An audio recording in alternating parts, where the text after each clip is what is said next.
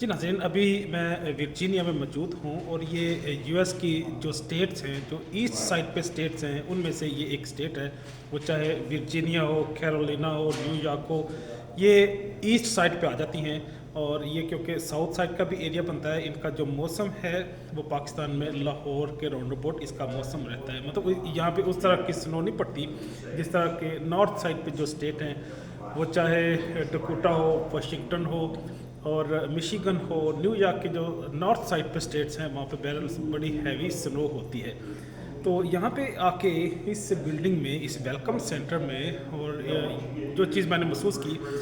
कि जो कोरिया के साथ अमेरिका की जंग हुई थी 1953 में, या 52 से स्टार्ट हुई और 55 तक 4-5 साल तक यूएस की जंग रही। तो यहाँ के जो वर्जीनिया के लोगों ने, यहाँ के जो सोल्जर ने उसमें पार्टिसिपेट किया था, वो चाहे पैरा ट्रुप्स हों, चाहे ग्लेडिएटर्स हों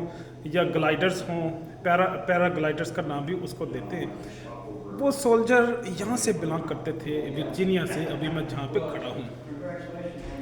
तो उनको असल में एक्नॉलेज करने के लिए, उनकी एट्रीब्यूशन के लिए, उनको खराज तहसीन पेश करने के लिए ये बिल्डिंग खड़ी की गई और यहाँ पे उनकी कई सारी ऐसी बाक़ियात मौजूद हैं और उनकी निशानियाँ मौजूद हैं। जो मैं बात करना चाह रहा हूँ वो ये है कि जो ज़िंदा कौमें होती हैं, जो अपने जो लाइफ में जो भी उनकी कौमी ज़िंदगी है या उनकी नेशनल लाइफ है, उसमें जो अचीव करते हैं, तो उसमें ठीक है, उनकी जो मिलिट्री है, आर्मी है, उसका भी एक अच्छा खासा रोल होता है। लेकिन मैं समझता हूँ कि अगर कोई मिलिट्री, आर्मी या बसियत कौम कोई मुल्क कोई चीज़ अचीव करता है, तो उसमें उनकी कौम का एक अच्छा खासा रोल होता है। यहाँ पे भी ये हो नहीं सकता कि कोरिया के अंदर जो उस वक़्त, क्योंकि 1950 के करीब एक सर्द जंग का, कोल्ड वार का मौसम था, उस मौसम में जो यूएसएसआर का तूती बोलता था और अमेरिका और यूएसएसआर की एक जंग थी, एक सर्द जंग की पूरी दुनिया में मौजूद थी। वो चाहे क्यूबा हो, कोरिया हो, वो चाहे अफ़गानिस्तान हो, वो चाहे अफ्रीकन कंट्रीज़ हों, वो यमन हो, शाम हो, टर्की हो, इन सारे कंट्रीज़ में वो कोल्ड वार की, जो यूएसएसआर की, कम्युनिज़म की और सोशलिज़म की एक जंग बर्पा थी।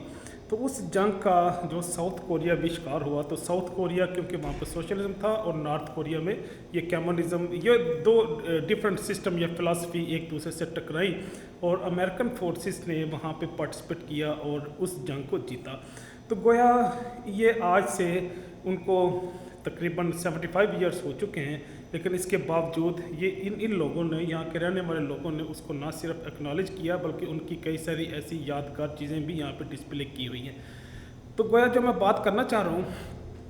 वो ये है कि किसी फ़ौज के लिए और किसी मिलिट्री के लिए, किसी आर्मी के लिए ये मुमकिन नहीं होता कि किसी जंग को, किसी बैटल को वो विन कर सके without the support of the nation के साथ साथ मैं समझता हूँ कि उनको फ़िक्री और अखलाकी एतबार से भी एक तवानाई चाहिए कि वो सच के साथ खड़े हों, वो गुमराही के साथ न खड़े हों, वो झूठ का साथ न दे रहे हों, वो इंसानियत की जहाँ पे तबाही का कोई पहलू निकलता उसके साथ न खड़े हों। तो फिर मैं समझता हूँ कि वो कौम, वो फ़ौज, वो मुल्क आगे से आगे बढ़ता चला जाता है और फतूहात से फतूहात करता चला जाता है। तो गोया यहाँ पे वर्जीनिया में खड़े होकर यूँ ही आपके साथ इंफॉर्मेशन शेयर करना मकसूद था कि ये लोग अपनी फ़ौज के साथ कंधे से कंधा मिलाए खड़े हैं और उन्हें हर सतह पे, हर लेवल पे, हर तरह की सपोर्ट ये फराहम करते हैं। इजाज़त चाहूँगा। अल्लाह हाफिज़।